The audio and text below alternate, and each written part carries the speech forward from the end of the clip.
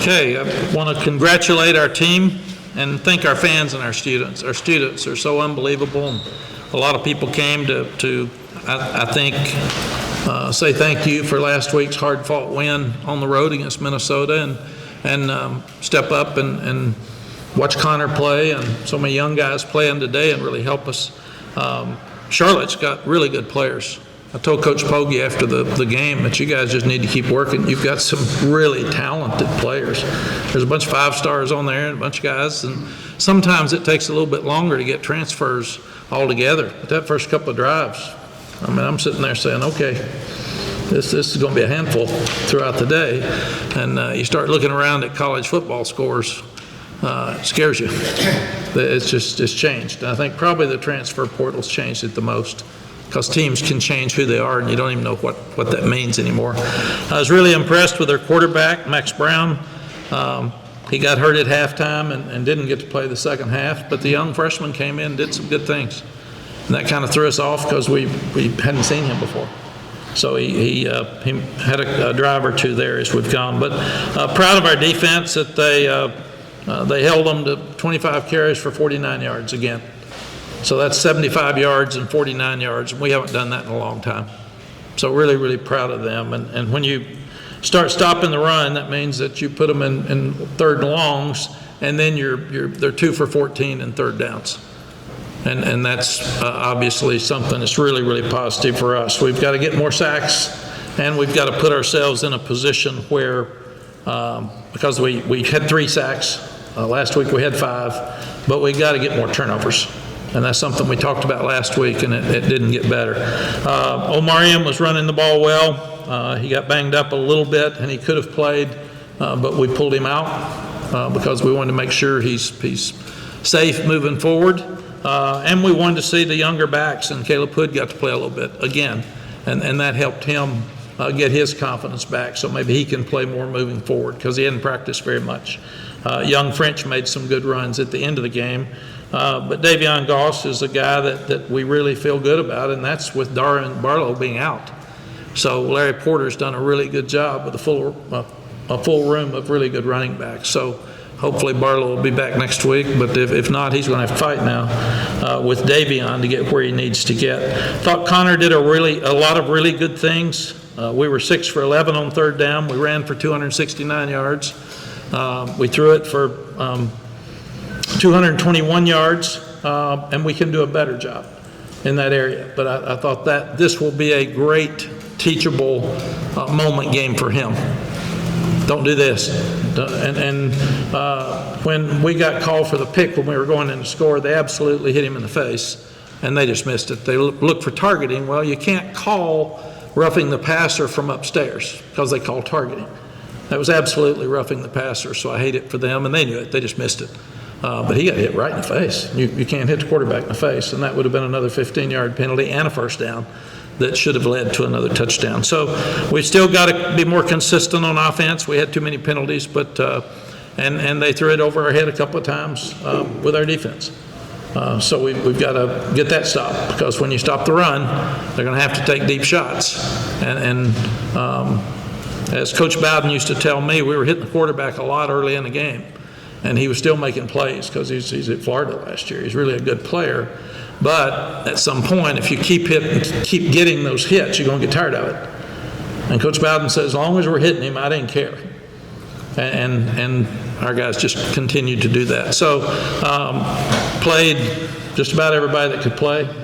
Won a game by a bunch of points and left a lot of points on the board. So I think that kicking game was really good. He punted it really high and not always long, but I thought Elijah Huzzy did a great job of catching the ball even in the sun some with people all around him, because when the ball hits, you usually lose about 17 yards extra.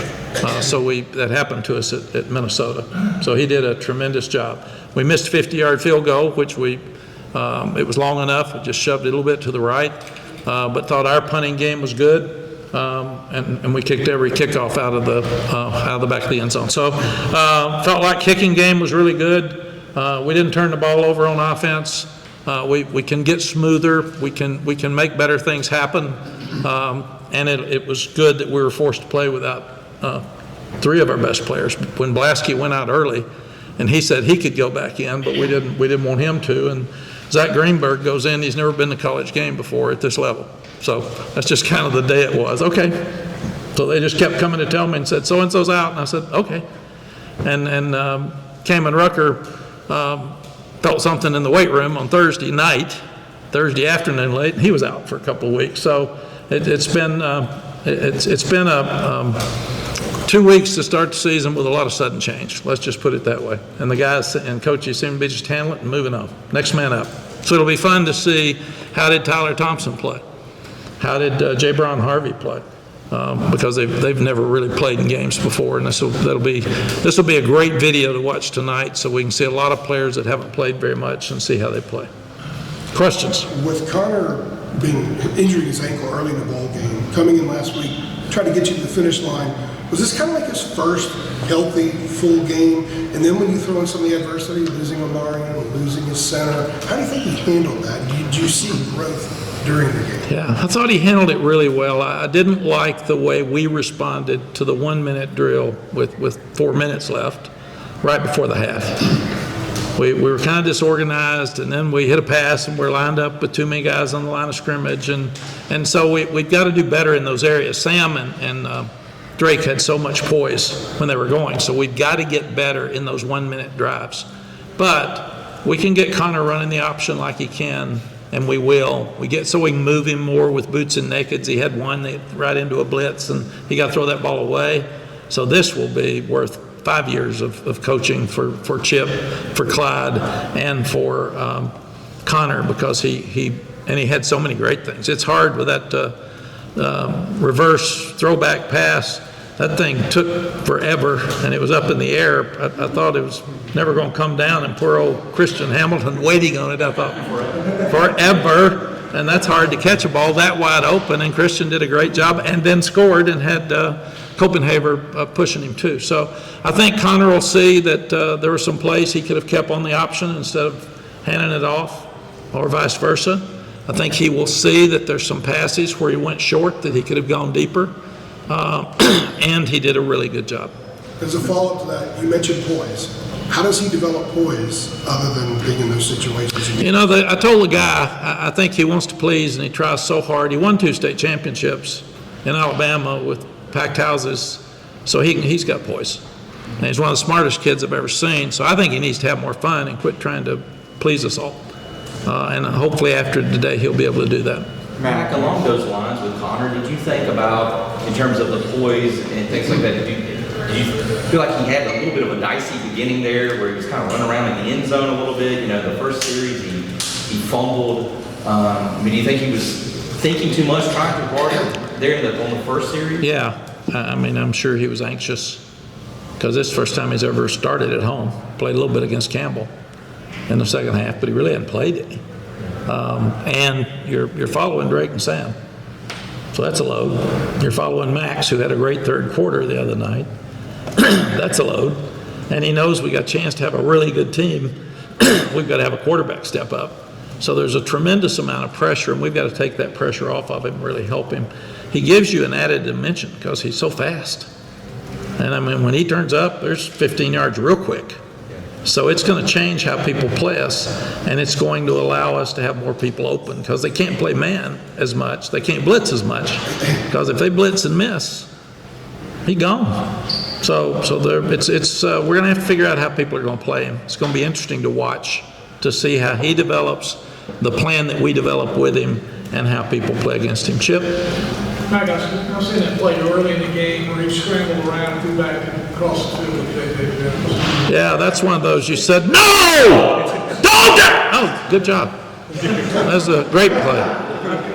Great play. No, I thought it really was when Drake made so many and Sam, so many plays off schedule that I thought that was a great play for him. And I thought he had a lot of poise on the trick play because the corner was coming. He was coming fast, and he sat right there. And the one interception he had, he got hit. That's our fault. I couldn't tell exactly what happened. But he's tough. He's smart. He can throw it. He's got everything. But we've got to help him more. We can't have penalties. And I was so proud of our discipline the first game. We didn't have as much offensively tonight. And part of it was young players, but it doesn't matter. They got to go by the rules too. One thing we didn't ask you, I guess, is with injuries. Yeah, it's upper body, and he should be fine. Mack, He shouldn't be. I don't know. All of those guys, and Jeremy will update you on Monday, all those guys would have a chance, I would think, to play next week, but if not, within 2. Nobody is in danger of not playing the rest of the year. Kaman, or rest of the year? Yes, and Kaman's probably a couple of weeks, maybe 3, but he's going to be fine. And Kaman's out there singing and jumping up and down and screaming and leading, and he's just the best. He led the fight song in the locker room after the game. Mack, you had Christian catching his first career touchdown. You had Bullitt scoring his first career touchdown. Connor doing his thing. Jordan Shipp recovered an onside kick. Do you feel like this was one of the more, since you've been back, one of the more complete contributions from younger guys, freshmen, in any single game? Yeah, I really do, Michael. I think in fact, it probably was. There were guys out there. Jordan Shipp screen. He stopped, he planted, he looked like an older guy, and he went north and south and made a great play. And he had a bad shoulder for a couple of weeks, so he didn't get to play. So that'll be so much fun to watch him now. And what I've learned is when those young guys play in a game, they practice so much harder the next week because they think they have a chance to play again. And if you're not playing, then you don't practice well.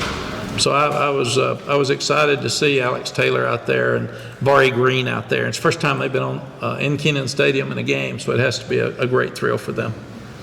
Mack, you talked about David Young-Goss and the things he's doing, but to kind of elaborate on that, how would you assess his performance having to take on the workload he did on a relative short notice with, Omarion going down? Obviously, you knew Barlow wasn't going to play, but how do you feel he took on that workload for us? He is a lot like Omarion in that he never speaks.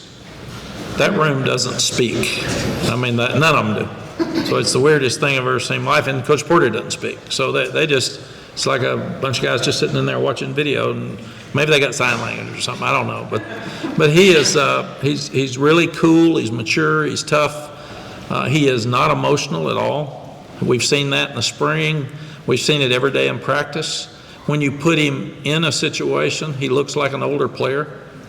And he's tough. He's 220, and he's got really good vision. The question was the long speed, but if you're getting 10 yards every time you touch it, and thank goodness he had about 3 or 4 he could put in there today that made plays. When we talked to Bullitt back in, I guess it was January, February, we talked to some of the early arriving freshmen, he said that he was mature. He said he was college ready, and he was very proud of the fact that he could pass protect because he had to do that a lot in high school. Did we see some of him tonight from a guy that came mature, came ready to play? Absolutely. He's just got a guy like Omari, an older guy like Darwin in front of him. He is, and he is such a great story. He was recruited by everybody, and I said, "Why'd you come here?" And he said, "Because when I was a sophomore, I went to the Miami game where you all played, and Javonte Williams and Michael Carter ran up and down the field, and I said, I want to play there." And he said, "I made a decision that night I was coming to North Carolina if you all would offer me a scholarship." So that's really cool. And I love the young guy. He is not afraid of anything. He's tough, mature, smart. He handles himself well. And like I said, I think he's on every special team at the same time. Matt, I wanted to ask you a little bit more about Christian Hamilton, that trick play, that touchdown. I know you talked about it a little bit earlier, but kind of take me behind that play and how it felt for those guys and for you to see him cross and just see him celebrate that touchdown. Take me through that. Well, as our offense is growing and we're learning what Connor and Jacoby can do, you need some trick plays. I thought the reverse to Nate McCullum was really cool. It was a great call. He just slid in, and he was close on a couple of kickoff returns. But seeing Christian Hamilton, like Bullitt, does everything right. He don't speak, you don't notice him a lot, but he's a great student. He's a tremendous person. He is so unselfish. Bullitt is so unselfish. They do exactly what you ask them to do. And I think Christian starts on 4 special teams. So really, really proud of those guys. And we needed some misdirection. We've got to get Connor on the corner more with boots and nakeds. We still haven't been able to do that. And a lot of people have been blitzing from the outside, and that's why we're running the ball so well up inside. But we still got to be able to have an element of getting on the corner. And that play, I thought it was going to blow up because when the corner came, I thought he'd hit us in the backfield, and Connor was poised. They were all poised. They pitched it back to him, and then Connor made a great throw. And again, it's really hard to catch a ball when you're not sure where everybody around you is located, and they can all hit you, and he was focused. Usually people drop that ball. And then he was cool enough to step around, and John Copenhaver was smart enough not to block in the back, and we scored. And I thought that pretty much ended the game because they weren't going to score many points. And then after that, I was disappointed we didn't score a couple of more touchdowns where we kicked field goals. Matt, can you just talk about Jabari Ritzy here in the early year? 2 more sacks tonight at the 5 season. Just a highly recruited guy that feels like he's really kind of coming to his own. Yes, first, I'm a huge fan of Ted Monachino. I mean, the guy's been a defensive coordinator in the NFL. He's coached 16 years in the NFL, and he's coached the best pass rushers ever. So the guy really knows what he's doing. So he has helped. Jabari is confident. He's really healthy for the first time because he's always had a shoulder, an ankle. He's always had something. And I think because he's playing so well and at such a high level, and we're able to substitute for him and keep him fresh, that he's playing with as much confidence as I've ever seen. And pro scouts were in there the other day just buzzing, saying, where'd this guy come from? And so I'm really proud. Des Evans the same. Des is playing his tail off, and he's playing so hard that I'm really proud. I thought Travis Shaw played good again tonight. The interior people all played good. Josh Harris has added so much to us just because of depth. Kevin Hester doesn't have to play tired anymore. I remember Aaron Crawford played 98 plays at Virginia Tech in the 6 overtimes. I bet those guys, they had it 56 plays last week. Minnesota had it 55. These guys are playing 25 plays a game. And I'll bet most of them probably didn't play that much. We had Joel Starlings in there. We had Nora in there. We had a lot of young guys out there playing tonight. Coach, how vital is Elijah Huzzy's versatility, making pressures behind the line of scrimmage as well as keeping the secondary? It really hurt us last year when Elijah had to move to nickel star because we lost DeAndre Boykins, because we weren't as good at corner. He is a ball hawk. He's got tremendous hands. He's got unbelievable instincts. He's tough, and he's one of the best players that we've got. Period. And he exudes that confidence at the same time. Ritzy was the defensive captain today. Willie Lampkin was the offensive captain today, and Noah Burnett and Elijah Huzzy shared the special teams captain today. That's how important he is to this team. Any concern over the big chunks in the passing game? Yeah, but those are individual plays that we got to get better at, or we've got to get more pressure on the quarterback. You can't, everybody wants to blitz, but cover everybody. Well, when you blitz, you got them back there by themselves, so you better get there. And a couple of them were over Caleb Cost, and he'll get better at it because the star position is a position that has to tackle. He has to blitz. He has to cover their fastest guy. I asked 3 after the game, how fast are you? He said, I don't know, pretty fast. And I said, yeah, you look real fast. So we've got to look at that and see. And there was a great out and up on Marcus Allen. That they caught, and then he played it really good the second half. The similar thing, he played 2 really good plays there. So I'm all in to Jeff Collins and stopping the run and blitzing the quarterback and trying to get there before they can throw it. But if not, those corners better hang on. And I'd rather give up 3 deep throws than 355 yards passing because then we don't have the ball. We had 71 plays this week. We had it 64 last week. If they keep the ball the whole game, and we had it 33 minutes and 24 seconds, they had it 26 minutes and 36 seconds. So, and I should have mentioned this to start. Those goal line stands were unbelievable. We hadn't done that around here. They were unbelievable, and that just doesn't happen. And then they're at the 4th and 1. And they have to throw it. normally they could run a quarterback sneak and knock us back about 6 yards. So many positive things about this defense. We can get rid of the couple of long passes.